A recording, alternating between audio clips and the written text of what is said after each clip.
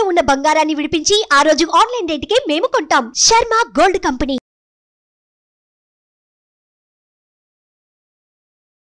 పూజ గదికి కూడా కొన్ని నియమాలు ఉంటాయి అని అంటారు. నిజమేనా? ఉంటే అవేంటి? అసలు పూజ గది అనేది ఒక స్వీట్ రిలాక్సేషన్ అనండి. ఆ పూజ గదిలో కొన్ని చిన్న నియమాలు పాటిస్తే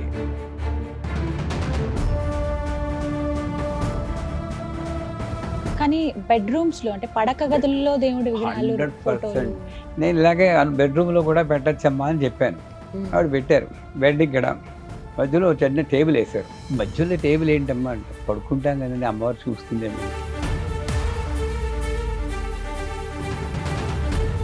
కొంతమంది ఏంటంటే తలుపులు ఉంటాయి ఇప్పుడు పూజ గదికి, అవి ఎప్పుడు అలా వేసే ఉంచుతారు. అలా వేసి ఉంచడం అనేది కరెక్టే అంటారా? భగవంతునికి భక్తులకి అనుసంధానమైన బ్రాండ్ ఒకటి తీసుకుంటాం.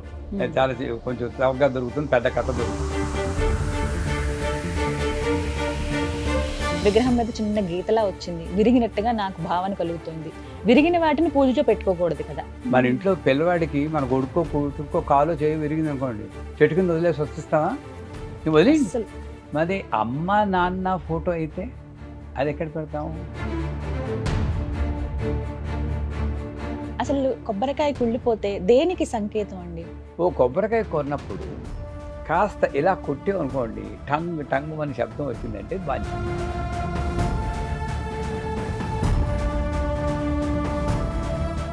ఎన్ని పూజలు చేసినా మాకున్న కష్టాలు మాత్రం తీరట్లేదు. ఎక్కువ పూజలు చేస్తే కష్టాలే ఉంటాయా? సీతమ్మ వారే కష్టాలు అనుభవించింది, ఆవిడకన్నా గొప్పవాళ్ళము మనం. అంచేత పూజలు చేస్తుంటే కష్టాలు పోతాయి అనుకోవడమే మన భ్రమ.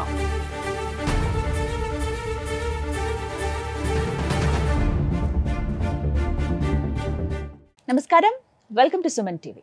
నేను గీతాంజలి. ప్రస్తుతం మనతో పాటు ఒక ముఖ్య అతిథి ఉన్నారండి. వారు శ్రీ విద్యాపీఠం వ్యవస్థాపకులు, అలాగే గత 45 సంవత్సరాలుగా శ్రీ విద్యా ఉపాసనతో ఎంతో మందికి మంత్రోపదేశం చేసినటువంటి శ్రీ గురు కరుణామయ్య గారు మనతో పాటు ఉన్నారు. వారితో మాట్లాడదాం, మరిన్ని అమూల్యమైన విషయాలు తెలుసుకుందాం. గురుగారు నమస్కారం అండి. శ్రీమాత్రమ్మ. ఎలా ఉన్నారు? అమ్మదేవుల బ్రహ్మాండంగా ఉన్నాను. చాలా సంతోషం మీతో మాట్లాడడం, ఈ సమయం లభించడం అనేది అమ్మవారి కృతజ్ఞతలు తెలుపుకుంటూ. ఎన్నో ప్రశ్నలు ఉన్నాయి, ఎన్నో సందేహాలు నిత్య జీవితంలో మేమందరం ఎదుర్కొనేవి. అవి అయితే ఎవరిని అడగాలి అనేది కూడా ఒక పెద్ద సందేహం. మీరు రావడం అనేది అదృష్టంగా భావిస్తూ చాలా మంది వ్యూవర్స్ కామెంట్స్ రూపంలో అడిగినటువంటి ప్రశ్నలు ఏవైతే ఉన్నాయో మీ ముందు ఉంచుతున్నానండి.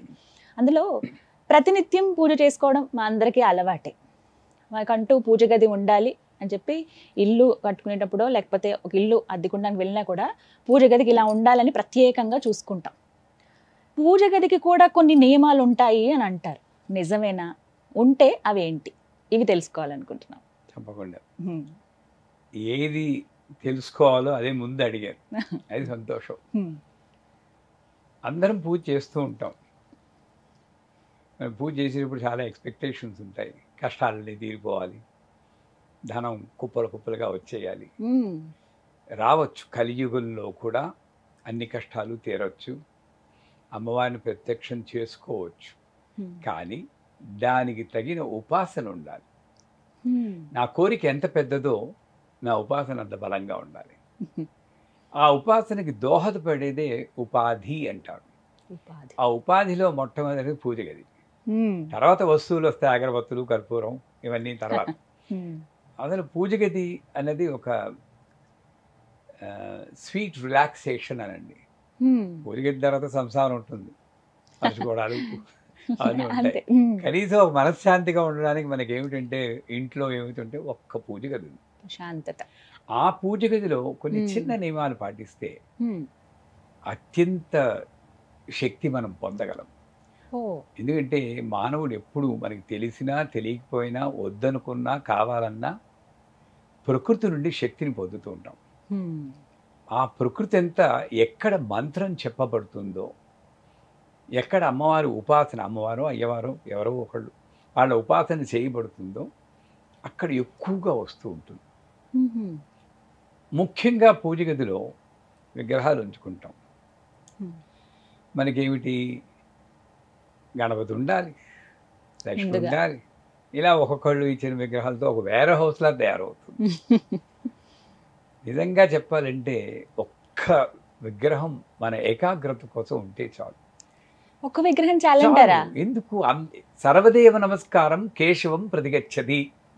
కానీ ముక్కోటి దేవతలు అంటారు, అంతమంది విగ్రహాలు ఫోటోలు మనం పెట్టకపోయినా ముక్కోటి దేవతలు ఒక్క దేవతల్లోనే కనబడుతుంది అంటుంది శాస్త్రం. ఏమవుతుంది తెలుసా అండి, పెట్టుకోండి. మనదేమంటే ఈ పువ్వులు ఒక్కొక్కళ్ళ మీద పెట్టడం, ఈయనకి చూపించకపోతే ఈయన కోపం వస్తుందని గడగడ ఈ ఏకాగ్రత అంతా వాడికి కోపం వస్తుందో వీడికి కోపం వస్తుందో అని ఉంటుంది, కానీ నిజానికి భక్తి కుదరడానికి చాలా కష్టం. మనం ఎలా చేస్తున్నాం అనే దాని మీద ఉండదు. ఇక్కడే ఒక పేర్లు అనవసరం, ఇక్కడ ఒక ఇంటికి వెళ్ళాం, అమ్మవారి ఫోటో చిన్న విగ్రహం, ఒక కామాక్షి వెడకంటారు తెలుసు కదా, దీపం పెట్టుకున్నారు అంతే. ఎంత బాగుందంటే చాలా పెద్దవాళ్ళ ఇల్లు, ఏమీ లేదు. చేత పూజ గదిలో సాధ్యమైన తక్కువ విగ్రహాలు ఉండాలి. 4 గణపతులు, 4 సిద్ధిసాయి, ఇంకోళ్ళు ఎవరు 4 లక్ష్ములు, వీళ్ళే పాపులర్ విగ్రహాలు ఇవి పెట్టుకుంటారు. విచిత్రం ఏంటంటే కొంతమందికి కవర్ కూడా తీయరండోయ్, వాళ్ళకి ఊపిరాడదు అన్న భావన కూడా ఉండదు. ఎందుకంటే అది విగ్రహం మనకి. అయ్యో అమ్మవారు ఊపిరి ఎలా పిలుస్తుంది, అందుకే కవర్ తీస్తే మళ్ళీ తోముకోవాలి కదండి, దుమ్ము పడుతుంది, పసుపు కుంకుమ వేస్తాము, ఓ పని తక్కువ. అలా పాపం ఉక్కిరి బెక్కిరి, నేను వాళ్ళ ఇంటికి వెళ్తే చూడండి మా గత ఎలా ఉందో అని వాళ్ళు నన్ను అడుగుతున్నట్టు ఉంటుంది. ఏం చేయాలంటే అమ్మ పెట్టదు అడుగు తినాదేమని అంటూ నువ్వు పూజ చేయవు, కప్పేసి పెట్టేస్తావు. ఈ 4 గణపతుల్లో ఒక్కొక్క 3 గణపతులు తీసి విగ్రహాలు లేని వాళ్ళకి ఇవ్వాలి, పూజ చేసుకోగలిగిన వాళ్ళకి. అలా మన ఇంట్లో విగ్రహాలు వేరే వాళ్ళకి ఇవ్వచ్చా? తప్పకుండా. ఈ శాస్త్రం ఏం చెప్తుందంటే వాళ్ళు పూజ చేస్తుంటే వాళ్ళు పూజ చేసిన దాంట్లో దశాంశమో ఎంతో మనకి ఫలితం వస్తుంటా. ఉదాహరణకి ఒక్క చిన్న ప్రశ్న గురువుగారు, లక్ష్మీదేవి విగ్రహాలు 2-3 ఉన్నాయనుకోండి, మనకి ఇన్ని ఎందుకు ఒక రూపంలో లక్ష్మిని చూసుకుందాం అని ఇంకో లక్ష్మీదేవిని వేరే వాళ్ళకి ఇస్తే, మన దగ్గర ఉండాల్సిన లక్ష్మి వాళ్ళ ఇంటికి వెళ్ళిపోతే ఎక్కడుంది లక్ష్మి? ఇక్కడ అక్కడ ఇక్కడ. ఈ భావన చాలా మందిలో ఉంటుంది. లక్ష్మీదేవి విగ్రహం అసలు వేరే వాళ్ళకి ఇవ్వడానికి ప్రయత్నించరు, అమ్మ వెళ్ళిపోతుందేమో మన ఇంట్లో సిరి సంపదలు. నిజంగానే గురువు గారు? తప్పకుండా. భయం ఉండకూడదు, భక్తి భయం రెండిట్లో మీకు ఒక చాయిస్ ఉంటుంది. భక్తి ఉన్న చోట భయం ఉండదు, భయం ఉన్న చోట భక్తి ఉండదు. సరే, ఈ విగ్రహాలు తక్కువ ఉండాలి. ఇంకోటి, మన ఇంట్లో మనకి బెడ్రూమ్లో మనము, మీరు, మీ భర్త లేదా భర్త భార్య ఉండాలి. మరి అక్కడ విష్ణుమూర్తి, లక్ష్మీదేవి, ఈశ్వరుడు, పార్వతి, గణపతి, ఏకాంతం లేదంటారా? ఒక క్లస్టర్లా చేసి పడేశారు వాళ్ళని. ఎప్పుడైనా ఆలోచన వచ్చిందా? ఏం చేయాలంటే ఈ విగ్రహాలన్నింటి కూడా ప్రతి రూములోనూ సర్దేయండి. మనకేమిటంటే పూజ గదిలోనే విగ్రహాలు ఉండేటప్పటికీ అక్కడికొక్కడికి వెళ్ళేటప్పటికీ యాక్షన్ చేస్తున్నాం, తప్పుగా అనుకోకండి. అక్కడికి వెళ్ళి అపరిచితుడు ఓ సినిమా వచ్చింది చూడండి, ఇలా అనేప్పుడు మారిపోతారు, అలా అపరిచితుల్లా అయిపోయాం మనం. అక్కడికి వెళ్ళేటప్పటికి ఎక్కడ లేని ఏకాగ్రత వచ్చేస్తుంది, ఇలా కళ్ళు మూసుకుంటాం, లేని మనశ్శాంతిని యాక్ట్ చేస్తాం, మళ్ళీ బయటకు వచ్చే మామూలే. కాకపోతే ఎందువల్ల? పూజ గదిలో విగ్రహాలు ఉన్నాయని. ఈ విగ్రహాలనే ప్రతి రూమ్లోనూ పెట్టండి. మీ అమ్మాయి ఉన్న రూమ్లో సరస్వతిదేవి విగ్రహం పెట్టండి, వాడికి కొంచెం భయం ఉంటుంది, అమ్మవారు ఉన్నారు కొంచెం దండం పెట్టుకోవాలని. ప్రతి రూమ్లోనూ, వంటింట్లోనూ, అన్నింటిలోనూ పెడితే మొత్తం ఇల్లంతా దేవాలయం అవదండి. కానీ బెడ్రూమ్స్ లో, అంటే పడక గదుల్లో దేవుడి విగ్రహాలు, 100%. ఎక్కడ నీకు రక్షణ కావాలో, ఎక్కడ అనకూడదు కానీ ఎక్కువ దెబ్బలాటలు జరుగుతూ ఉంటాయో అక్కడే అమ్మవారు కాపాడుతూ ఉంటుంది. మా ఇంట్లో, మా బెడ్రూమ్లో చక్కగా అమ్మవారు ఉంది. అసలు మీరు బెడ్రూమ్లో పెట్టకపోతే అక్కడ రాదా అండి? ఉత్తప్పుడు ఇందుగలడు అందులేదు సందేహములు ఎందెందుగలదని దీర్ఘాలు తీస్తూ చదువుతాం కదా. బెడ్రూమ్లో మీరు విగ్రహం పెడితేనే అమ్మవారు వస్తుందా, లేకపోతే లేదా? నాకు అమెరికాలో వెళ్ళినప్పుడు ఒక డాక్టర్ గారు ఉన్నారు, నేను ఇలాగే బెడ్రూమ్లో కూడా పెట్టచ్చమ్మా అని చెప్పాను. ఆవిడ పెట్టారు. బెడ్ ఇక్కడ మధ్యలో చిన్న టేబుల్ వేశారు. మధ్యలో టేబుల్ ఏంటమ్మా అంటారు. పడుకుంటాం కదండి, అమ్మవారు చూస్తుందేమో అన్నాను. టేబుల్ మీద నేను తొంగి చూస్తే ఏం చేస్తారన్నా. అంటే బుర్రలో ఎలాంటి ఆలోచనలు వస్తాయి చూడండి, అమ్మవారు తొంగి చూస్తుంటా. ఇవన్నీ పోవాలి.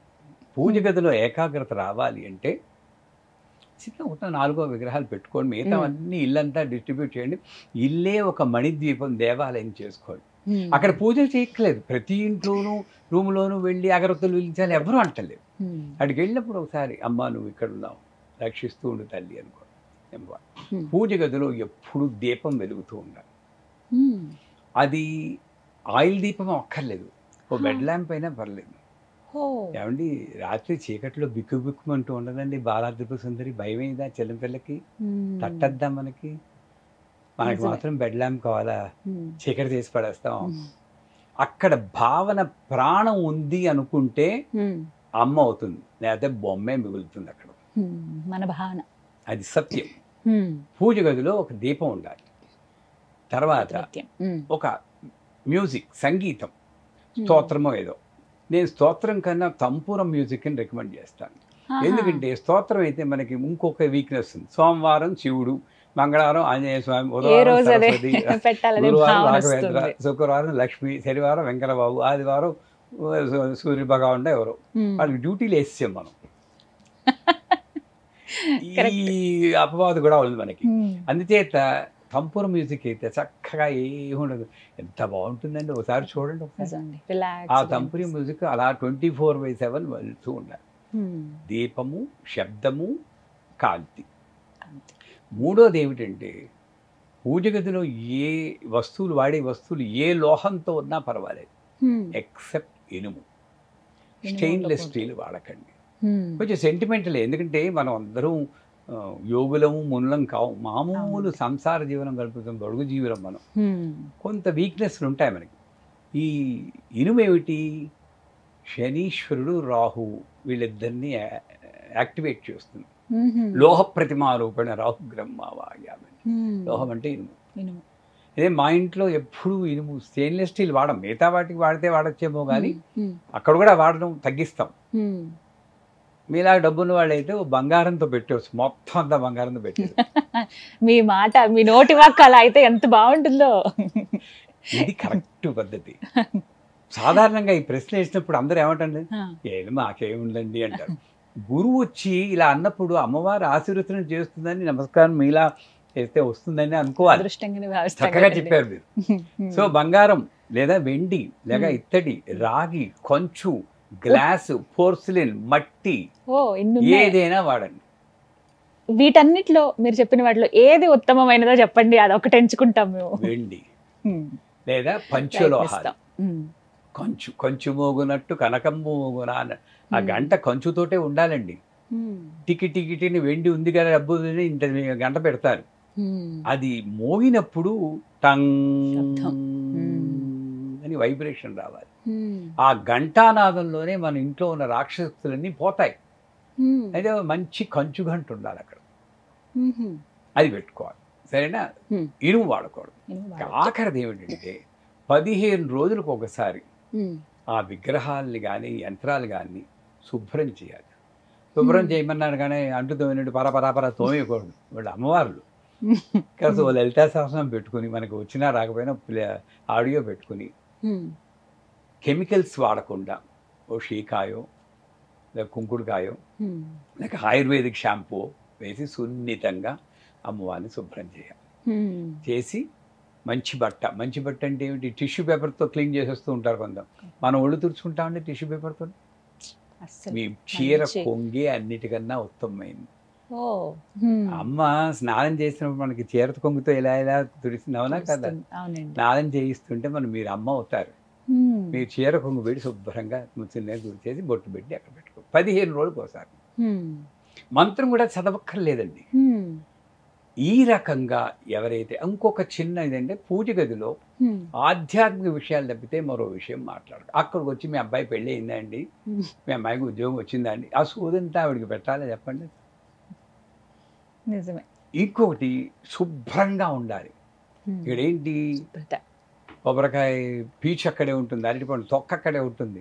పూజ చేసి అక్కడికి వెళ్ళి ఆనందం నాకు శుభ్రం చేసుకుంటా ఉంటారు. అసలు వైకుంఠంలో హాయిగా ఉన్న లక్ష్మీదేవిని ఎవడ పిలవన్నాడండి, ఆవాహయామి అని చెప్పి ఇక్కడికి వచ్చి చెత్తలో పడేయచ్చు. అసలు వెంటనే శుభ్రం చేయాలి. కొన్ని ఇళ్లలో ఓ స్టీల్ గ్లాసు, దాంట్లో బియ్యం దాంట్లో అగరత్తు ఆ బూడిదంతా అక్కడ పెడుంది. ఎప్పుడు ఏ మానాన్ని శుభ్రం చేయరు. 2 తప్పులు జరుగుతున్నాయి అక్కడ.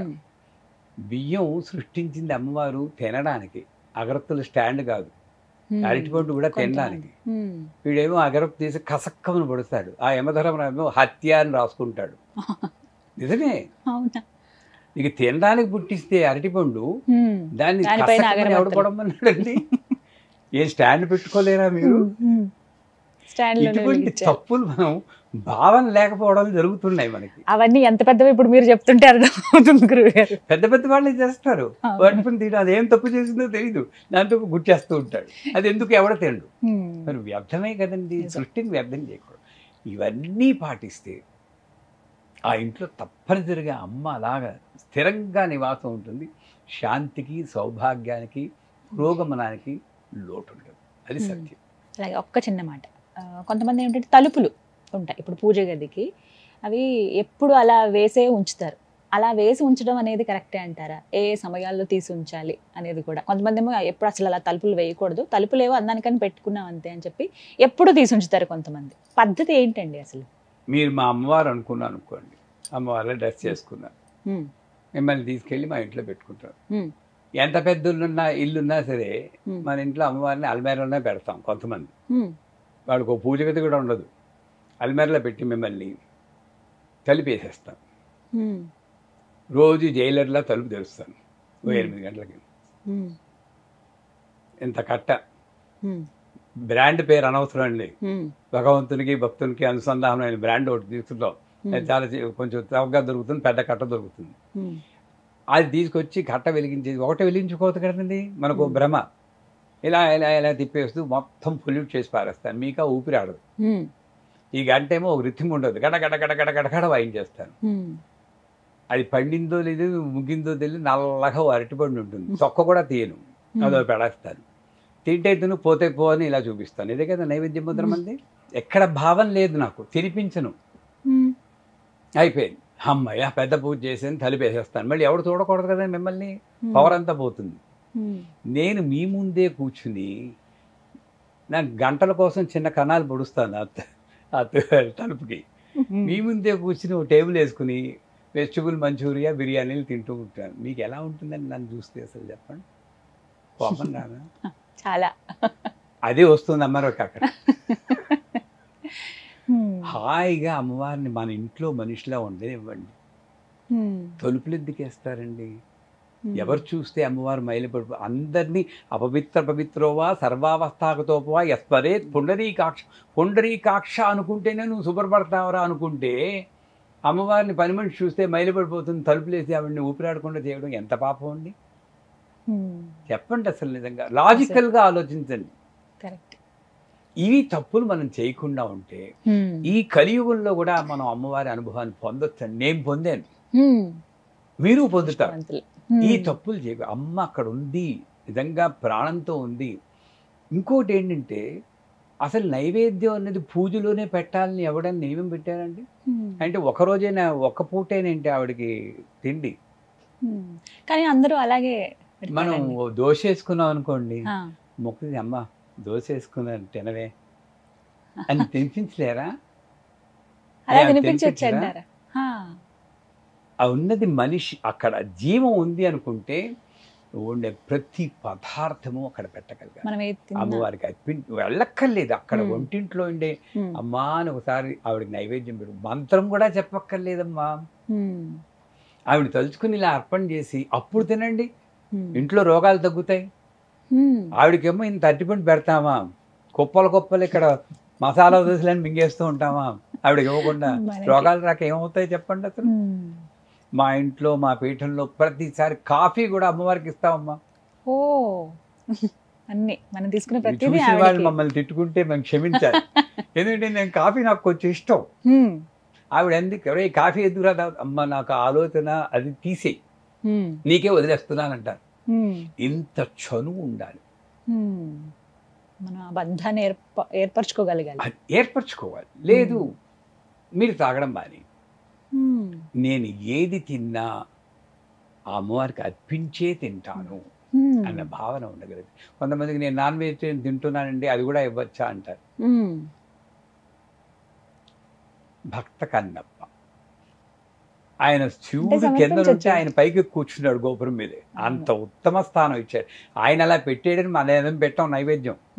కానీ అక్కడ ఏంటంటే నేను ఏది నా సంస్కృతి ప్రకారం, నా కల్చర్ ప్రకారం నేను ఏది తినొచ్చో అది తినండి, కానీ తిని బ్రహ్మార్పణం అనుకుని తినండి, ఏమీ తప్పు లేదు. ఏ పదార్థం అయినా కూడా ఈ రకంగా నియమాలు కొన్ని పాటిస్తే తప్పనిసరిగా మన భగవద్ అనుభూతి ఎప్పుడూ పూజ చేస్తున్నప్పుడే కాదు, ఎప్పుడూ పొందొచ్చు.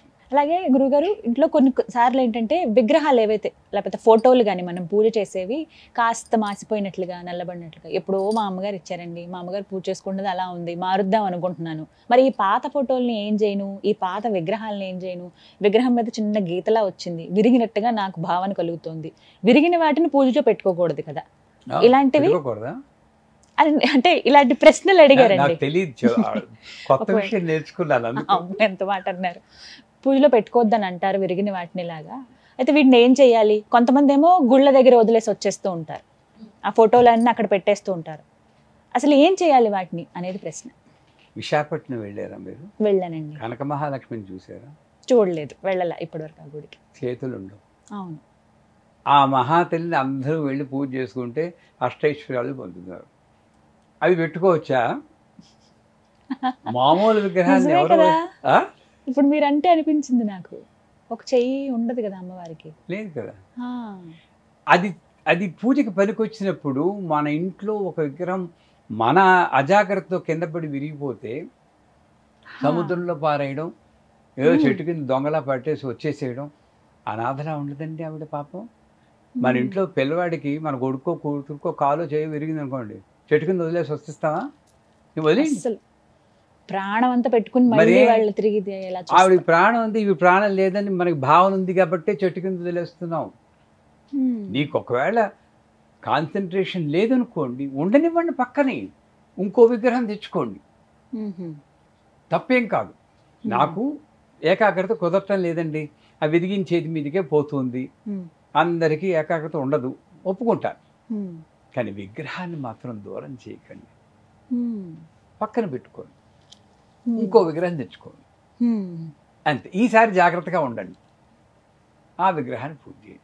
అలాగే ఫోటో మార్చిపోయింది, ఇది అమ్మవారి ఫోటో అని అంటున్నారు కదా, మరి అమ్మ నాన్న ఫోటో అయితే అది ఎక్కడ పెడతాము? పాత ఫోటోలు ఉంచుకుంటున్నాం, ఉంచుతాం. ఎంత తేడా ఉంది చూడండి, ఎంత పాడైపోయినా ఉంచుతాం ఆ ఫోటోని. అంచేత నేను అనేది ఏమిటంటే, విగ్రహాలు విరిగిపోయినా ఫోటోలు పాతబడినా మీకు ఏకాగ్రత కుదరకపోతే కొత్త ఫోటో పెట్టుకోండి, కొత్త విగ్రహం పెట్టుకోండి, కానీ పాత వాటిని మాత్రం దయచేసి చెట్టు కింద వదలకండి, నీళ్ళల్లో పడేయకండి, ఇప్పుడు అలాంటి పని చేయకూడదు. ఊరెళుతూ ఉంటే విగ్రహాన్ని బియ్యంలో పెట్టేయండి అంటుంటారు కొంతమంది, పూజ చేయకపోతే బియ్యంలో పెట్టి. ఎక్కడైనా అర్థం ఉందా? ప్రాణప్రతిష్ఠ చేశారు, అసుని దేవనస్మాసుని, ప్రాణం ఉంది, వాడిని విగ్రహాలు పెడితే ఉక్కిరి బిక్కిరి అయిపోతారు. ఏమీ లేదు. నేను ఊరు వెళ్తే సాధ్యమైనంత వరకు మా అమ్మవారు నాతోటి వస్తూ ఉంటుంది, ఎక్కడికి వెళ్తే ఎక్కడికి.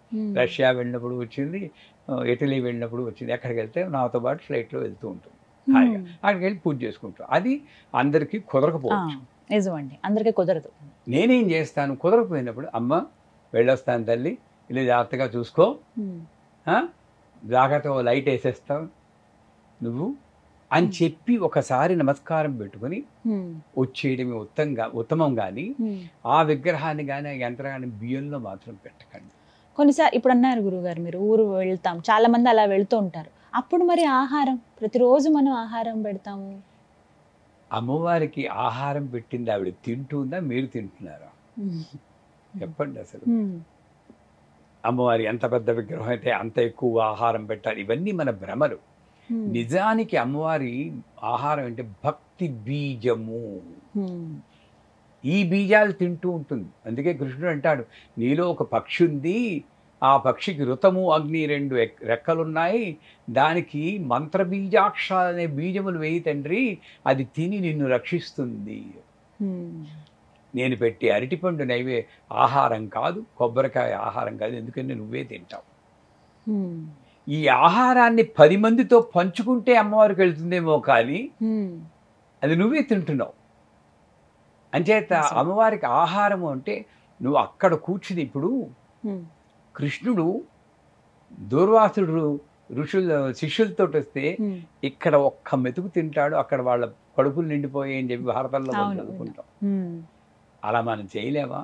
నేను ఎక్కడున్నా సరే ఇదేంటి అమ్మా, మా ఇంట్లో పూజ గదిలో ఉన్నావు తల్లి, ఇది నీదే అని తినలేవా? ఆహారం ఇక్కడ కూర్చుని ఇది పోనీ నాకు తినిపిస్తున్నావా, నిందాక చెప్పినట్టు తింటే తినిపోతే పో అన్నావు కదా. ముద్రలు లేవు మనకి, ఈ ముద్రలు నేర్చుకోం, పోనీ ముద్రలు రావు, కనీసం తినిపిస్తానా? అది తినిపించడం. మీ అమ్మాయి పిల్లలు ఉన్నారు కదా, మీ అమ్మాయికి ఎలా తినిపిస్తారు? చిన్నప్పుడు ఎలా తినిపించేవారు? అలా తినిపించలేదా? ఓం ప్రాణాయ స్వాహ తినిపించండి. కృష్ణుడు గోపికలతో ఆడుకున్నట్టు ఇలా తిని నీరు కొంచెం తినేయండి. ఎంత బాగుంటుందండి పూజ అప్పుడు. మనం ఏమీ భావన లేకుండా ఉత్తినే ఇలా ఇలా అంటే ఎక్కడి నుండి వచ్చిందండి ఈ అలవాట్లన్నీ? లేదా ముద్రలు ఎంచుకోండి. ఇలా ముడు ప్రాణాయ స్వాహ, అపానాయ స్వాహ, వ్యానాయ స్వాహ, ఉదానాయ స్వాహ, సమానాయ స్వాహ, బ్రహ్మణే స్వాహ. ఈ వేళ్ళన్నీ ఒక్కొక్క కాంబినేషన్లో ఉన్నప్పుడు పంచకోశాలు ఉత్తేజం అవుతాయి. 5 కోశాలు ఉత్తేజం అయినప్పుడు బ్రహ్మతత్వం వస్తుంది. ఆ బ్రహ్మతత్వమే అమ్మవారికి నైవేద్యం. బ్రహ్మణే స్వాహ. ఇది నైవేద్యం, మనం పెట్టేది కాదు. ఇది అంతరార్థం. ఇది తెలుసుకోవడానికి ఇంట్రెస్ట్ ఉంటే తెలుసుకోవాలి, లేదు నాకేమి లేదంటే తినే తినిపించాలి. అంటే ఎక్కడికో వెళ్తే అమ్మవారికి తిండి ఉండదు, నేను పెడితేనే అమ్మవారికి తిండి అనుకుంటే అమ్మవారు పెడితేనే నాకు తిండండి. నిజమే కదా. గురుగారు, మరొక ప్రశ్న అండి. దేవుడికి కనెక్ట్ అయ్యే విధానం గురించి చాలా రకాలుగా మేము సెర్చ్ చేస్తున్నామండి, ప్రయత్నిస్తున్నాము. ఇందులో భాగంగా పూజలు చేయాలని ఒకరు, లేదు ఇటువంటి మంత్రాలు మీరు జపించండి, ఉదయాన్నే లేచిన వెంటనే పఠించండి, ఖచ్చితంగా స్వామి అమ్మవార్ల అనుగ్రహం మీ పైన ఉంటుందన్నారు. లేదు లేదు హోమాలని, మంత్రాలని, కొన్ని తాంత్రిక పూజలని కూడా కొంతమంది అక్కడ దాకా వెళ్ళిపోతున్నారు. వీటన్నిటికీ మించి పాతకాలంలో మా అమ్మమ్మ వాళ్ళు ఇలా వ్రతాలు చేసేవాళ్ళు, ఈ వ్రతం కంపల్సరీ ఆచరించాలట, ఇవి చేద్దామని, ఇలా రకరకాలుగా ఒక్కొక్క మార్గంలో ప్రయత్నిస్తారు. కానీ దేవుణ్ణి కనెక్ట్ అయ్యి అసలైన మార్గం ఏంటో మాకు చెప్పరు అని అడుగుతున్నారు. మీ ప్రశ్నలోనే ఒక చిన్న వింత. కనెక్ట్ అవ్వడం, కనెక్ట్ అయ్యే ఉన్నాం, కనెక్ట్ ప్రత్యేకించి అవ్వక్కర్లేదు. తెలుసుకోలేకపోతున్నాం. 4 మహావాక్యాలు ఉన్నాయి. ప్రజ్ఞానం బ్రహ్మ, అయం ఆత్మా బ్రహ్మ, తత్వం అసి, అహం బ్రహ్మాస్మి. అర్థం ఏమిటి? విడదీయలేనటువంటి నువ్వు అసలు విడదీయలేవు భగవంతుని నీ దగ్గర నుండి. ఈ బుద్ధిని ఉపయోగించి నేను అది వేరు ఇది వేరు అనుకుంటున్నాను. నా స్త్రీ నపుంసక నా నపుంసక ఆది మధ్యాంతరహిత అని ఉంటుంది. స్త్రీ కాదు, పురుషుడు కాదు, నపుంసకుడు కాదు, ఆది లేదు, మధ్య లేదు, అంతం లేదు.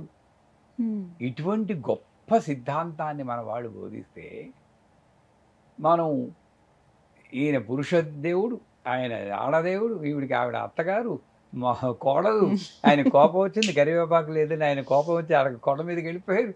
ఇవన్నీ ఉండొచ్చు, పురాణాలు ఉండొచ్చు, దాన్ని ఫోకస్ చేస్తున్నాం. అంటే దేవుడికి కనెక్ట్ అవ్వాలి అని అనుకోవడమే.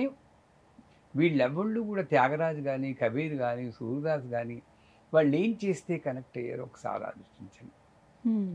నేను సన్మార్గంలో నడవాలంటే నాకు 2 ఆధారాలు ఉన్నాయి. శాస్త్రం, ఆ శాస్త్రం అనేటప్పుడు నా బుర్ర అది నిజమా కాదా అని అనుమానం వస్తుంది. దానికి బదులు నా పూర్వీకులు నడిచారు కదండి ఆ మార్గం.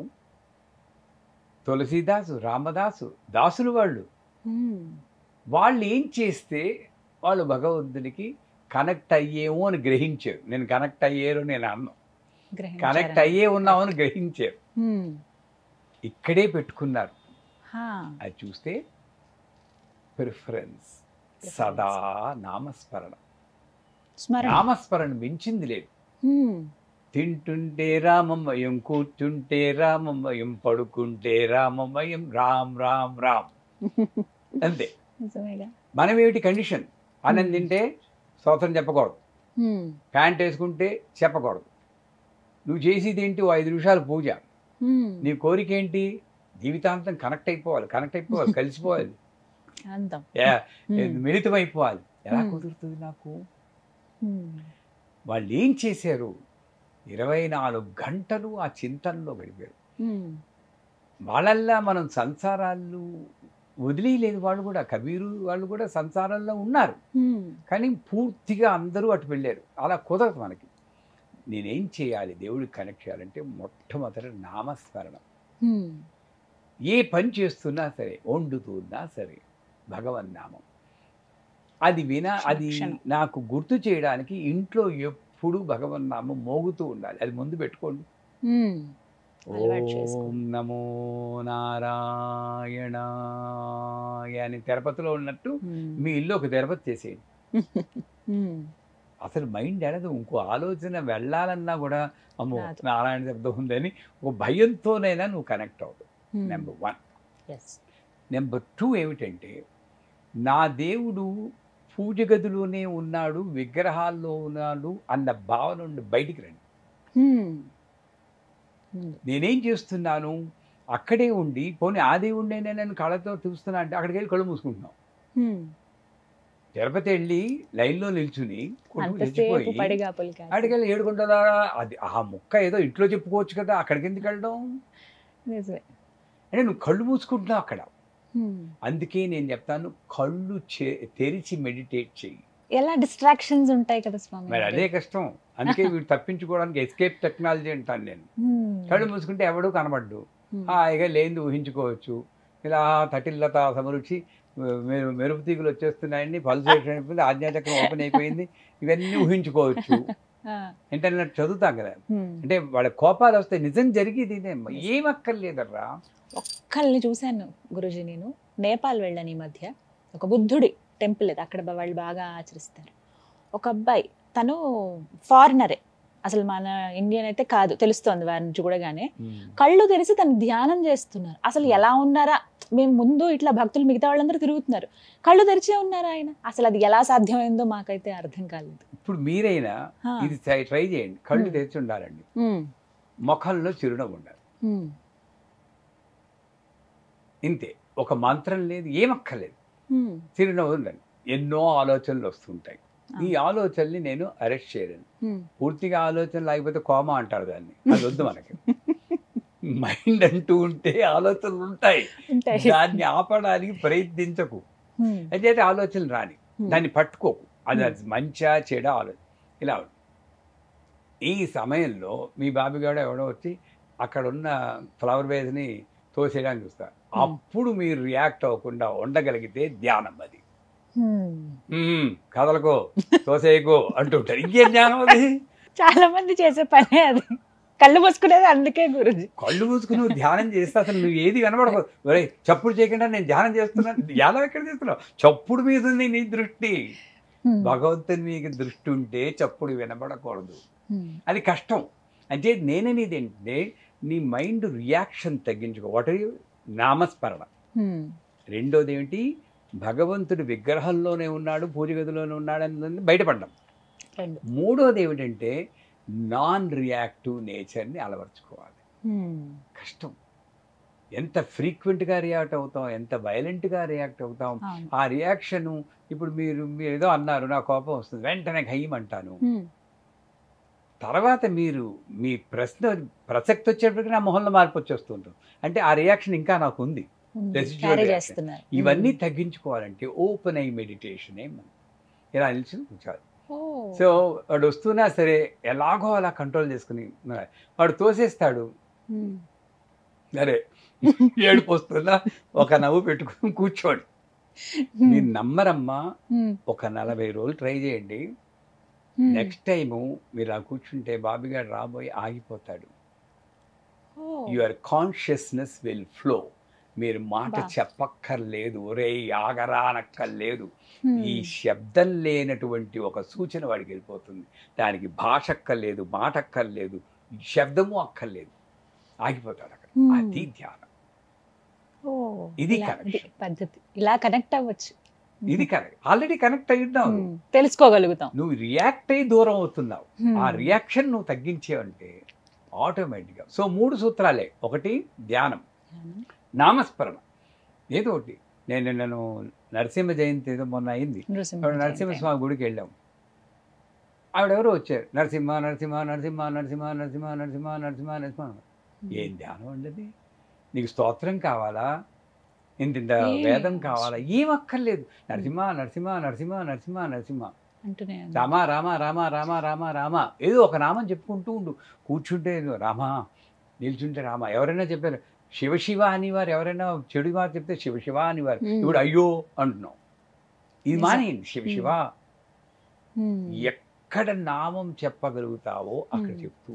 మా అమ్మగారి దగ్గర నేను వింటానండి కృష్ణ, ఎక్కువగా ఆ మాట వస్తుంది ఆవిడికి. అన్నం పాలు పొంగిపోయిన కృష్ణ, శివశివ అంటుంటారు వాళ్ళు. ఎందుకంటే వాడు భయం, అమ్మా ఎప్పుడు పోతుందో తెలియదు. ఇట్లా మాట్లాడుతూ కూడా ప్రాణం వదిలేయచ్చు నేను. అంటే నేనేం చేయాలి, ఎంత తక్కువ ఫ్రీక్వెన్సీలో భగవన్నామం చెప్పగలుగుతానో నేను మైండ్కి అలవర్చుకోవాలి. ఎందుకంటే ప్రాణప్రయాణ సమయే నారాయణ శబ్ద మాత్రమే పునర్జన్మ నశ్యతి అన్నాడు. బాగానే చెప్పేశాడు. ఎప్పుడు పోతుందో నాకు తెలియదు కదా, నారాయణ అంటే ఇంకో జన్మ లేదన్నాడు. అంటే నేనేం చేయాలి, సాధ్యమైనంత ఎక్కువగా నారాయణ నారాయణ నారాయణ అనుకుంటూ ఉండాలి. ఎప్పుడైనా పోతే పోతుంది, అప్పుడు నారాయణ ఉండదు ఛాన్స్. అంటే నామస్మరణ, ఈ భగవత్ స్వరూపాన్ని ప్రతి మనిషిలోనూ నేను చూడగలను, ఇంక్లూడింగ్ పని మనిషిలో కూడా. అక్కడికి వచ్చేటప్పుడు మనకి రాదండి. మనం సువాసిని పూజ చేయాలంటే పట్టుచీర కట్టుకుని అందంగా ఉన్నవాళ్ళు, కాస్త కళగా ఉన్నవాళ్ళు వాళ్ళకే చేస్తాం. కానీ ఎప్పుడైనా తక్కువ మంది ఉన్నారు. ఇప్పుడు చేస్తున్నారు అనుకోండి, పని మనుషులు పూజ చేశారండి. వాళ్ళు ఎలా ఉన్నా సరే చిరిగిన కట్టుకున్నా వాళ్ళని పూజ చేపట్టి. అందుకే మాతంగి నవరాత్రులని ఉచ్చిష్ట చాండాలి దేవతని ఫిబ్రవరి మాసంలో నవరాత్రులు వస్తాయి మాకు. ఆ రోజు ఆ 9 రోజులు మా పీఠంలో పనులు చేసి వాళ్ళు, తక్కువ పనులు చేసి వాళ్ళను కూర్చోబెట్టి వాళ్ళు ఎలా ఉన్నారో, స్నానం చేశారో ఏమి చూడం, వాళ్ళ కాళ్ళకి పసుపు రాసి వాళ్ళకి పూజ చేసి వాళ్ళకి మేము వండిన అన్నం వడ్డించి వాళ్ళు తిన్నాక ఆ కంచంలో తింటాం. ఇది కనెక్షన్. చేయండి. కేవలం మంత్రం చదివి పూజ చదివి హోమం చేస్తే కనెక్ట్ అవ్వకపోవచ్చు.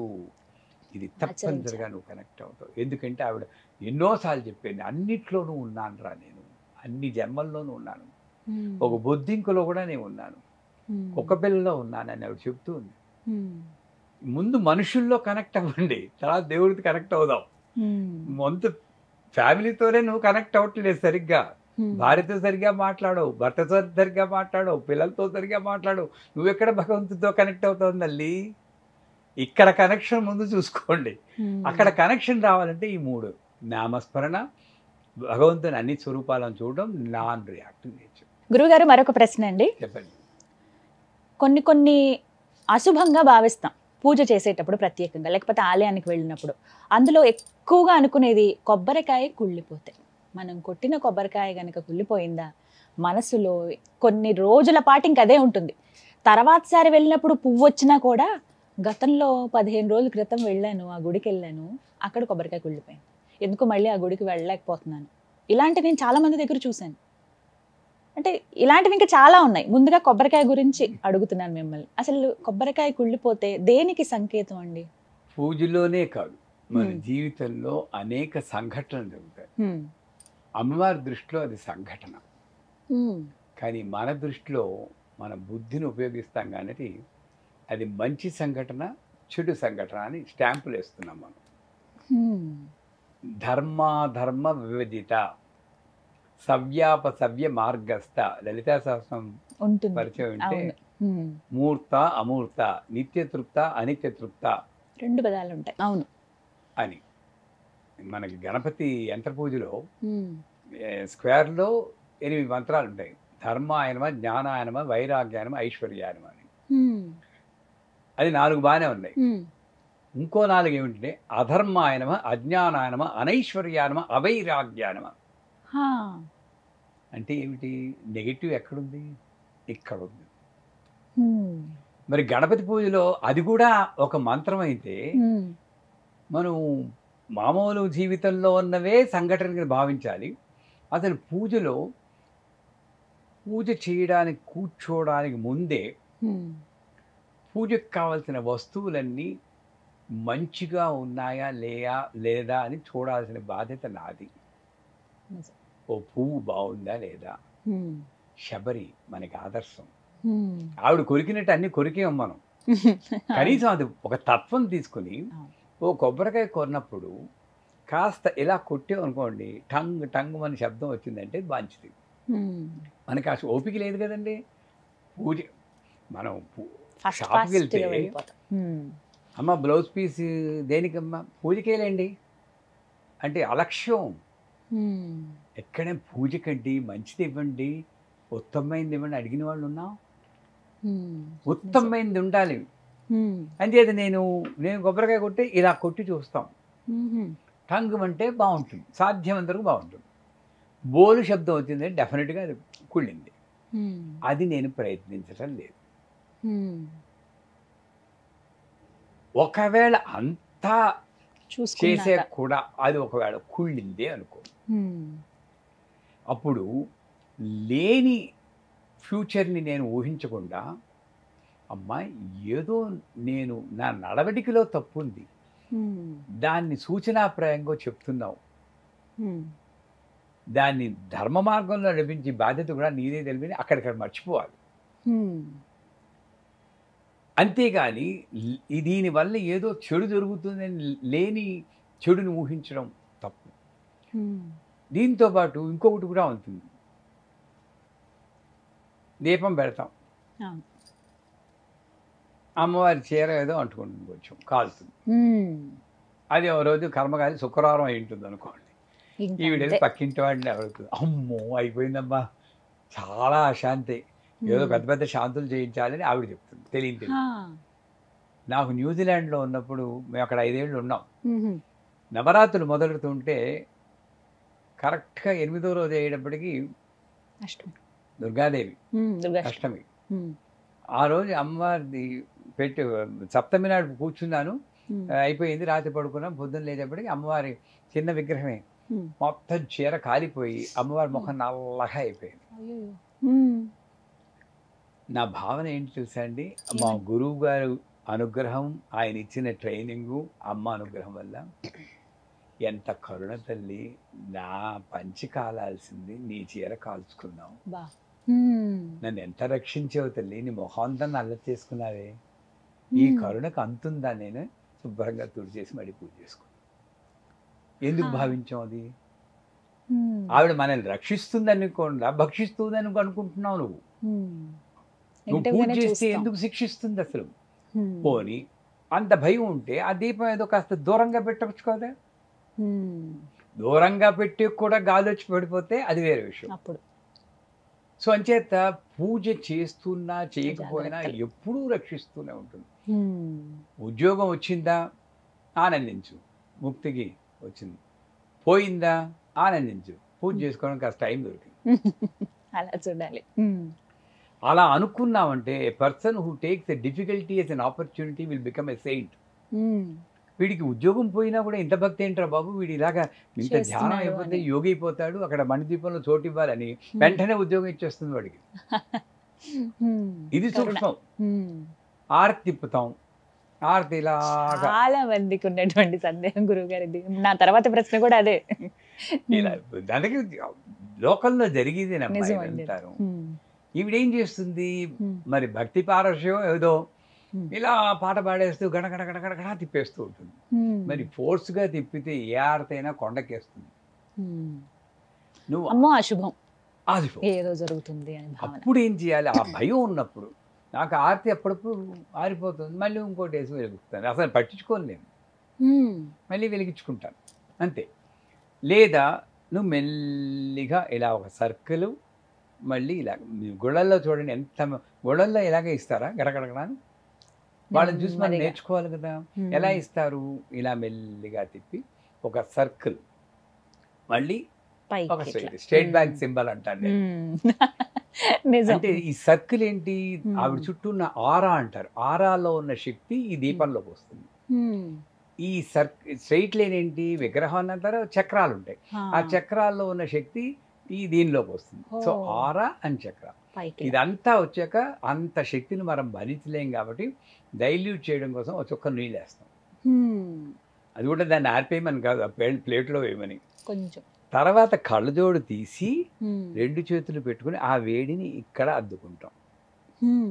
అంతేగాని నా కర్మని ఇలా బాదుకుంటూ ఉంటారు కొంతమంది, ఆరతద్దుకోవడం అన్నమాట. ఇది కాదు ఆరతద్దుకునే పద్ధతి. దగ్గరికి వెళ్ళి ఇలా తీసుకుని డాన్సర్ లాగా ఆ వేడిని నేను అనుభవించాలి. ఇవన్నీ మానేసి నేను గరగరా తిప్పితే ఆరకేం చేస్తుంది?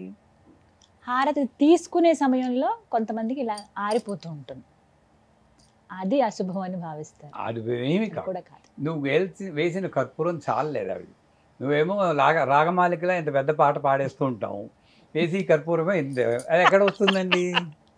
నువ్వు రాగమాలకి పాడినప్పుడు కాస్త ఎక్కువ కర్పూరం పెట్టుకో, తీసుకోవాలి, బుర్ర దాని మీద పెట్టుకో. అసలు నాకు కర్పూరం ఉందా లేదా అన్న దృష్టి ఉండకూడదండి. నేను చాలాసార్లు ఉత్తిపెళ్ళాన్ని తిప్పేసానమ్మా. అసలు దృష్టి ఉండకూడదు తల్లి. నీ దృష్టి ఎవరి మీద ఉండాలి? అమ్మ మీద ఉండాలి. అమ్మ మీద ఉన్నప్పుడు ఎలా పళ్ళని తిప్పుకుంటూనే ఉంటాం. ఎవడో చెప్తారు ఏమైనా గురుగారు, అప్పుడు కూడా ఏం లేదు, ఓకే ఓకే వెలిగించు. ఇది ఉపాధులు అన్నది నేను గ్రహించినప్పుడు దానికి ఎంత ఇంపార్టెన్స్ ఇవ్వాలో అంతే ఇవ్వాలి. కానీ ఉపాధే నా జీవిత లక్ష్యం అనుకుంటే ఇలాగే ఉంటుంది జీవితం. ఉపాధులు ఇవి. అసలు ఇదేంటంటే భక్తి. ఇది ఉన్నప్పుడు వారిది ఒకవేళ ఇలా చూపిస్తూ ఉంటాం, వాళ్ళు ఏం చేస్తారు, వాళ్ళకి వెళ్ళి వాళ్ళు అద్దుకోవడానికి వెళ్ళినప్పుడు ఆరిపోతుంది, ఇంకా ఆయనకి వెంటనే చెడు జరుగుతుంది. ఏమీ లేదండి, కర్పూరం అయిపోయిందని. అప్పుడు వెలిగించాక మళ్ళీ మీరు ఇక్కడ చూపించాలి. వీళ్ళు ఏం చేస్తారు, వెలిగించేసి వాళ్ళకి చూపిస్తారు. ఉత్తిని దీపం అది, దానికి ఏం లేదు. మళ్ళీ ఒకసారి గంట పాయింట్ చూపించి మళ్ళీ నీళ్ళు పోసి అప్పుడు చూపిస్తే సరిపోతుంది. ఇటువంటి చిన్న చిన్న జాగ్రత్తలు తీసుకుంటే ఫోటో పడిపోతూ ఉంటుంది. కాస్త జాగ్రత్తగా పెట్టుకుంటే ఈ చెడుని మనం ఆలోచించకుండా ఇంకో పద్ధతి ఉంది. కొబ్బరికాయలో పువ్వు వచ్చింది అనుకోండి, మంచి అనుకోండి, పర్లేదు, దాంట్లో నిజం ఉందో లేదో భగవంతుడికి ఎరుకో. ఓ పువ్వు కింద రాలి పడిపోయింది అనుకోండి, మీ కోరిక తీరుతుంది అనుకోండి, తప్పేం లేదు, మూఢనమ్మకం అయినా పర్లేదు. కానీ నువ్వు పూజ చేసిందని వాడు పువ్వు రాలాలనుకోడు, తప్పు కదా. శుభవాన పువ్వు పెట్టేసి నాకు మంచి జరగాలని పువ్వు రాలిపోతే ఇది తప్పు కదా. నిజమేది. చాలా మంది ఇక్కడ ఎంత పొరపాటు చేస్తున్నా, మైండ్ మన ఏవ కారణం మనుష్యానాం బంధమోక్షయో అన్నాడు.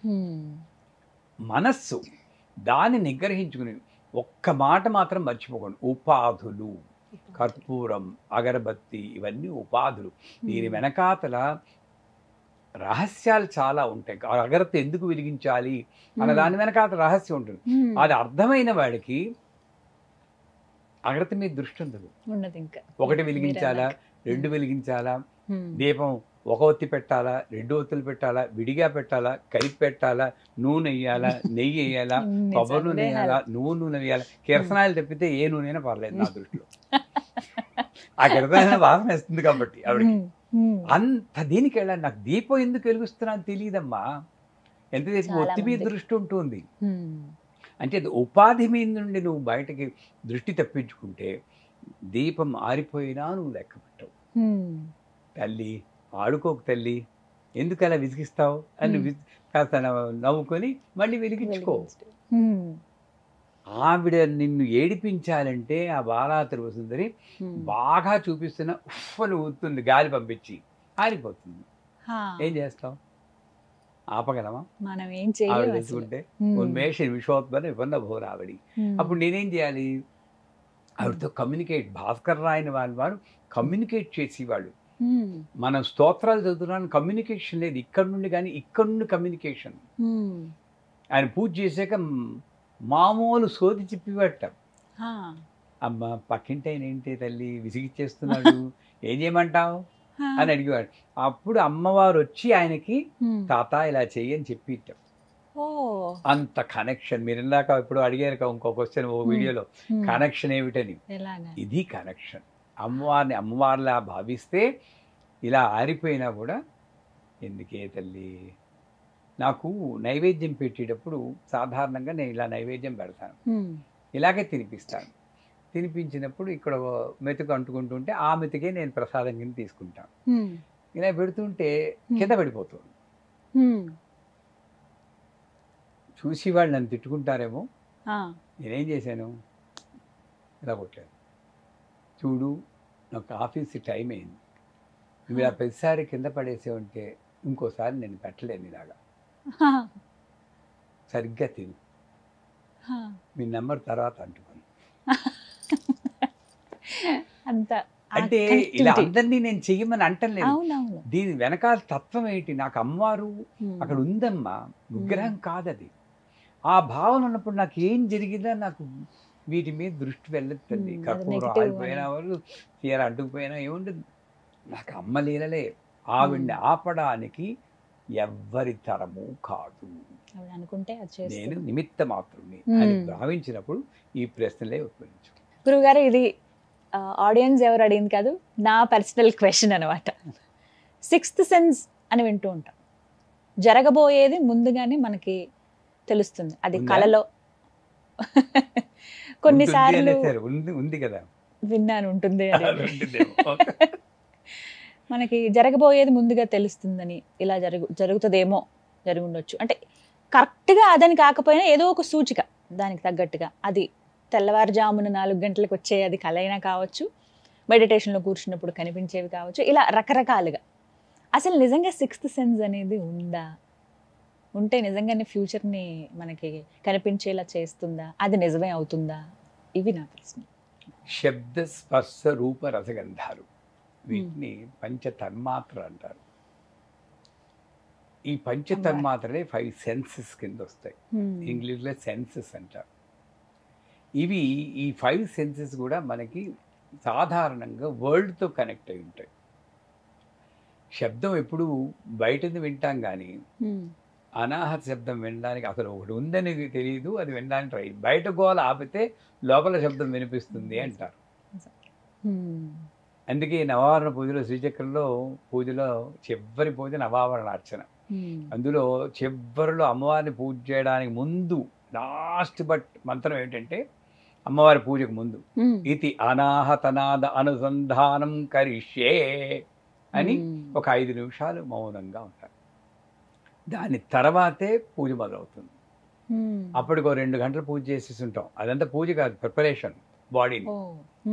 అసలు పూజ 10 నిమిషాలు అని మా సిద్ధే లగి మా సిద్ధే అని మొదలెడతాం. అంచేత ఈ 5 సెన్సులు, వీటిని 5 సెన్సులు అంటారు. అసలు సెన్సే లేని వాడి సంగతి వేరే అనుకోండి. నిజంగా సెన్సే లేనివాడు అంటారు కానీ సెన్సే లేనివాడు ఎవడంటే 5 సెన్సులు మొత్తం ప్రపంచం మీద పెట్టిన వాడికి సెన్స్ లేదు, బహిర్ముఖంగానే ఉంది.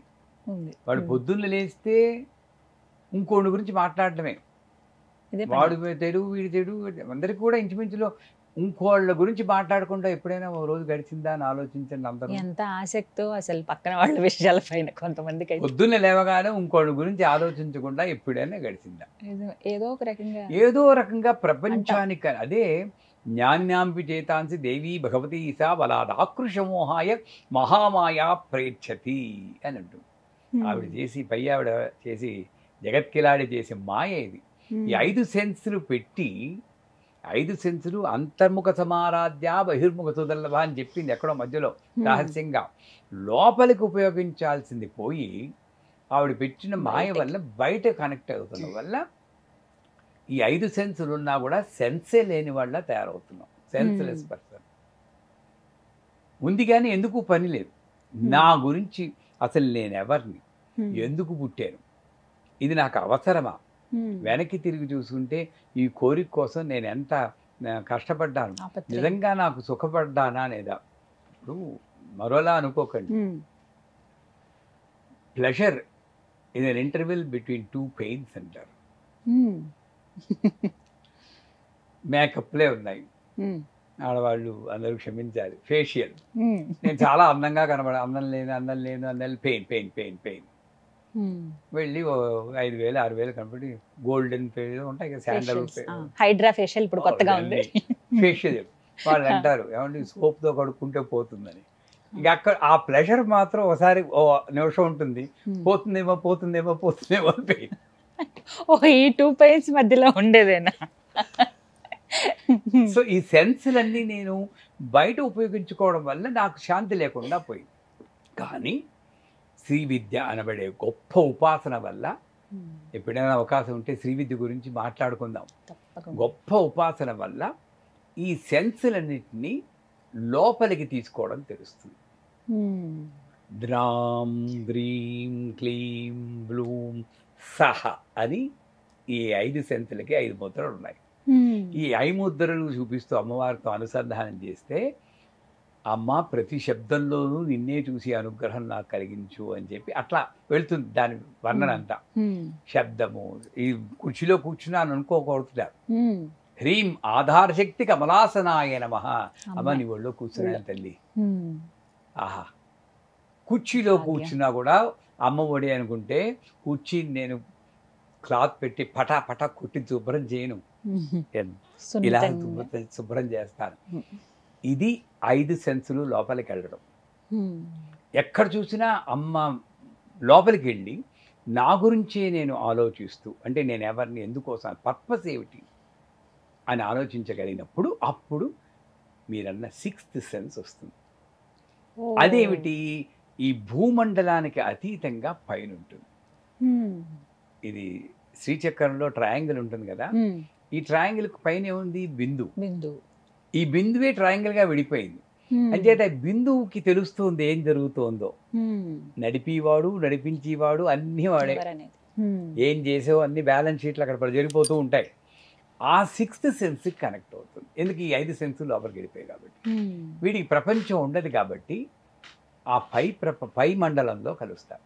అప్పుడేమిటి జరగబోయేది కూడా తెలుస్తుంది. కానీ అక్కడ ఒక చిన్న ప్రమాదం ఉంది.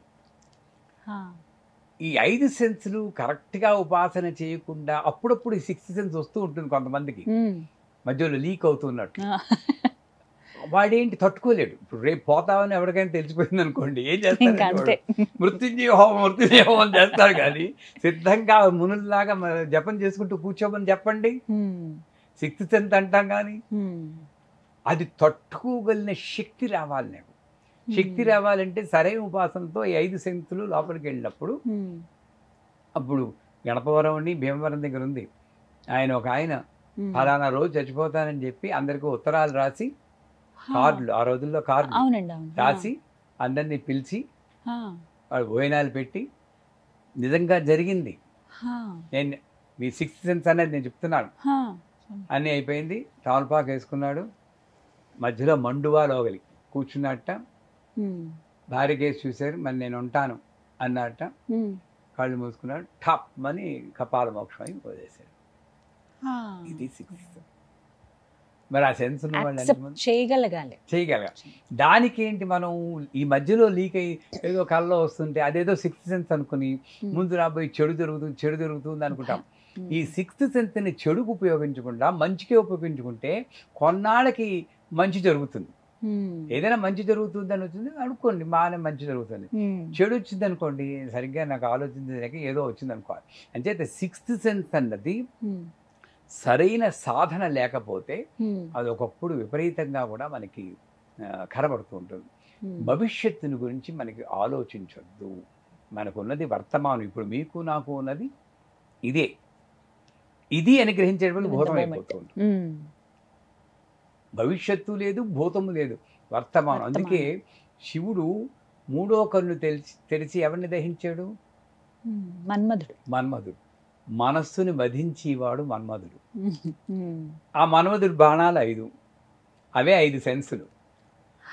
ఆ 5 సెన్సుల వల్ల వాడు మనస్సు మధించి మనం కొట్టుకుంటున్నాం 5 సెన్సుల్లో. ఇది భూతము, పాస్ట్. ఇది శివుడు. పెయిన్. లోపలికి వెళ్తే ఎప్పుడైనా పెయినే. చిన్నప్పుడు ఎంత బాగుంది వాళ్ళని, బాగానే ఉన్నప్పుడు ఇప్పుడు ఆనందపడాలిగా. ఆనందం గురించి ఇప్పుడు ఎందుకు దుఃఖపడుతున్నావు? ఇది ఎవడో ఆలోచించడు. ఇది ఫ్యూచర్. ఫ్రస్ట్రేషన్, భయం. రేపు ఏమవుతుందో, ఈ వీడియో సక్సెస్ అవుతుందో లేదో, భయం. Pain, frustration. Future, frustration, past, pain. ఈ మూడో కన్నే ప్రజెంట్, వర్తమానం. ఇది పీస్. శివుడు మూడో కన్ను తెరిచినప్పుడు మనం దహించేదంటే మనం కూడా శివుడు అవ్వచ్చు. వర్తమానంలోనే ఉన్నప్పుడు ఈ సిక్స్త్ సెన్స్ అనేది మనకు కంట్రోల్లోకి వస్తుంది. భవిష్యత్తు లేదు, ఈ భూతం లేదు, వర్తమానమే. వాడికి ముందు తెలిసినా సరే ఏం పట్టించుకోడు. కళ్ళలో ఏదో వచ్చినా సరే సరే అనుకుంటాడంతే. 10 మంది చెప్పి ఇది ఏమవుతుందండి, ఇలా కనబడిందండి, అది మంచిగా కాదా అని అడుక్కోకూడదు. అది సిక్స్త్ అనిపించుకోదు.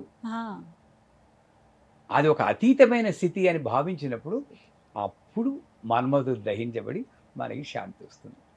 అంచేత ఈ కాంప్లికేటెడ్ సబ్జెక్ట్ సిక్స్త్ సెన్స్ అనేది, ఈ 5 సెన్సులు నాకు లోపలికి వెళ్ళినప్పుడు వర్తమానంలో ఉండే స్థితి నాకు లభించినప్పుడు అప్పుడున్న స్థితినే నేను సిక్స్త్ సెన్స్ అంటే అన్నీ తెలిసిపోతూ ఉంటాయి. ప్రతిదీ. నిడదవల్లో ఒక గొప్ప సిద్ధాంతి ఉండేవారు, లేరు. ఆయన 13 ఏళ్ల వరకు వాళ్ళ కూతురు జాతకం రాశారు.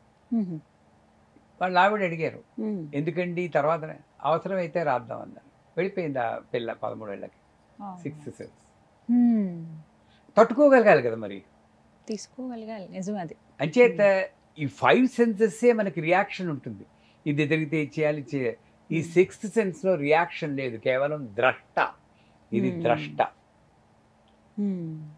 ఆ ద్రష్టగా మెరగడమే సిక్స్త్ సెన్స్ అన్నమాట.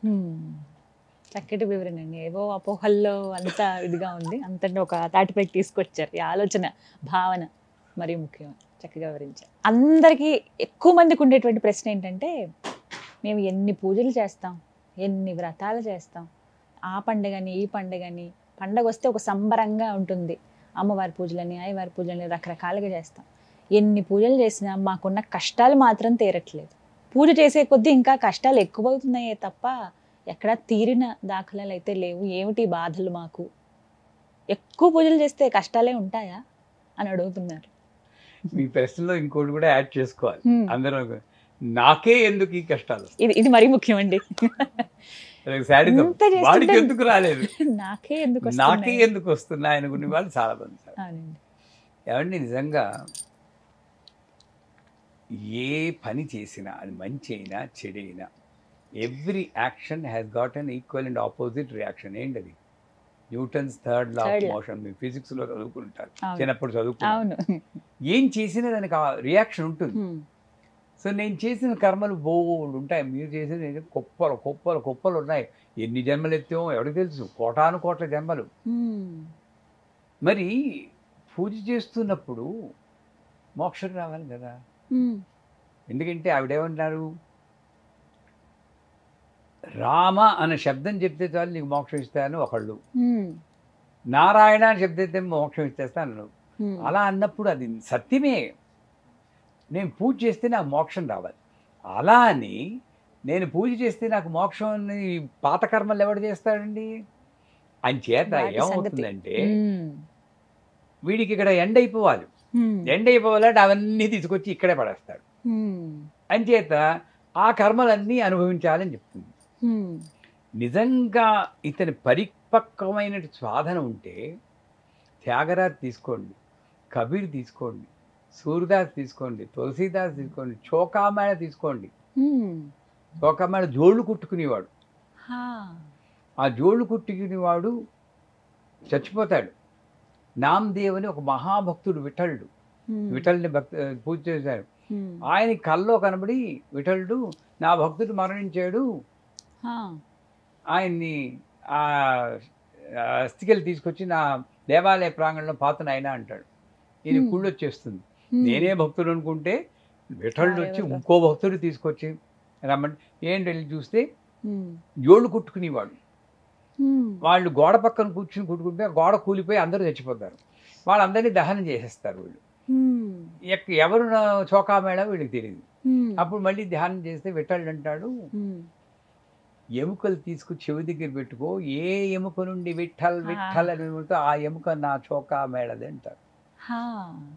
మరి అంత నామస్మరణ చేసిన వాడు అకాల మరణం చెందాడు, చనిపోయాడుగా. ఎవ్వరూ కూడా మనం సుఖపడలేదమ్మా. భక్తులందరూ చాలా కష్టాలు అనుభవించారు. సీతమ్మ వారే కష్టాలు అనుభవించింది, ఆవిడకన్నా గొప్పవాళ్ళము మనం. అంచేత పూజలు చేస్తుంటే కష్టాలు పోతాయి అనుకోవడమే మన భ్రమ. కష్టాలు అలాగే ఉండొచ్చు, ఉంటాయని కూడా అంటలేదు, కానీ అది తట్టుకునే శక్తి ఇస్తుంది. తాకద్దేవో అని వేడుకోవాలి. అమ్మా, మా నాన్నగారు సీరియస్గా ఉన్నారని నేను అమెరికాలో ఉన్నప్పుడు వస్తే మా అన్నయ్య మెసేజ్ ఇచ్చారు, ఒరే వచ్చేరా, ఇంక ఈరోజు గడవదని చెప్తున్నారు, జాగ్రత్త వచ్చేసేయన్నారు. సాధారణంగా ఎవరైనా ఆలోచించేది వెళ్ళిపోతారేమో, ఆయన చూపు దక్కదేమో అని బతికున్న వాడిని చంపేస్తూ ఉంటారు, మనమే చంపేస్తాం ఆలోచనలతో. నా గురువు గారి అనుగ్రహం, మా సాధన వల్ల ఏమైంది, గుమ్మం ముందు సాయి ఫోటో, శృతి సాయి ఫోటో ఉండేది అప్పుడు అమెరికాలో. నమస్కారం పెట్టుకున్నాను, సాయి నువ్వు అనుకున్నది జరుగుతుంది, నేను ఆపలేను, అది ఏమిటో నాకు తెలియదు, తట్టుకునే శక్తి అంతే. దాని తర్వాత 10 ఏళ్ళు బతికారు మా నాన్నగారు. ఇది కరెక్ట్ పద్ధతి. అంచేత ఏది ఆపలేము, కానీ తట్టుకునే శక్తి, భక్తి చెదరనివ్వకు, నమ్మకం చెదరనివ్వకు. నాకే ఎందుకు ఈ కష్టాలు కలుగుతున్నాయి అని ఎప్పుడు అనుకోకూడదు. వాడు సుఖపడుతున్నా అంటే వాడికి వాళ్ళ కర్మలు ఏమిటో మనకి తెలియదు. ఎప్పుడో పైకి తీసుకెళ్ళి దమ్మని పడేయచ్చు, నడ్డి విరుగుతుంది. ఇక్కడ పడేయడం కన్నా అక్కడ పడేది మరీ ఘోరం. అంచేత వాళ్ళకేం జరుగుతుందో మనం ఆలోచించుకోకూడదు. నా భక్తి శ్రద్ధ అమ్మవారి మీద ఉన్నప్పుడు నా జీవితంలో ఏం జరుగుతుందని నేను గమనించుకోవాలి. అది నిజమైన భక్తి. అంతా ఆవిడ చూసుకుంటుంది, అంతా ఆవిడ చూసుకుంటుంది. నా జీవితమే గొప్ప ఉదాహరణ. ఎన్ని ఎన్ని పడి పడి పడి ఈ సీట్లో కూర్చోబెట్టిందో. వెనక్కి తిరిగి చూసుకుంటే తృప్తే. అన్ని తట్టుకుని ఒక పీసులో నిలబడ్డాం. అంచేత పూజలు చేస్తే కష్టాలు పోతాయి అనుకోకూడదు, కానీ కష్టాలు కంప్రెస్ అవుతాయి. కర్మలు ఎవరు పోగొట్టలేరు. ఇచ్చేస్తే ఈ కర్మ పోతుందని కొన్ని పూజలు మొదలెట్టారు, నమ్మకండి. కర్మలు కంప్రెస్ అవుతాయి. ఒక గురువు ఒకడే దాన్ని బాగా కంప్రెస్ చేయగలడు. 10 రోజుల్లో మీరు షిరిడీ సాయి చరిత్రలో కూడా చూడండి, నిద్రలో వాళ్ళకి టీబీ వచ్చినట్టు కల వస్తుందంటారు. అంటే ఏంటి, 10 ఏళ్ళు 20 ఏళ్ళు అనుభవించాల్సిన ఆ వ్యాధిని ఒక నిద్రలో అనుభవించేశారు. మనకి కళల్లో చెడు కళ వచ్చిందంటే మళ్ళీ పరిగెడతాం, ఏమని చెడ్డ కళ వచ్చిందంటే ఏమని చేయాలనో శాంతి చేయాలంటారు. నిజానికి నిజంగా అనుభవించాల్సింది కళలో ఇచ్చింది, అంత అనుగ్రహం తల్లి అనుకోవాలి మనం. అవునా కదా? నిజమే. అది మామూలుగా వస్తే భరించగలమా మనం? తట్టుకోలేము. అది నిద్రలో వచ్చేటట్టు చేస్తూ ఉంటుంది. అలాగే నాకు ఏ జరిగినా సరే మంచి జరుగుతుంది, నాకు మంచి జరుగుతుంది, అన్నీ బాగానే ఉన్నాయి అనుకోగలిగినప్పుడు నేను పూజలు చేస్తుంటే కష్టాలు వస్తున్నాయి అనుకోవడం ఆగిపోతుంది. అన్నిటికన్నా వర్షం నాకే ఎందుకు ఈ కష్టాలని అవ్వాలనుకోకూడదు.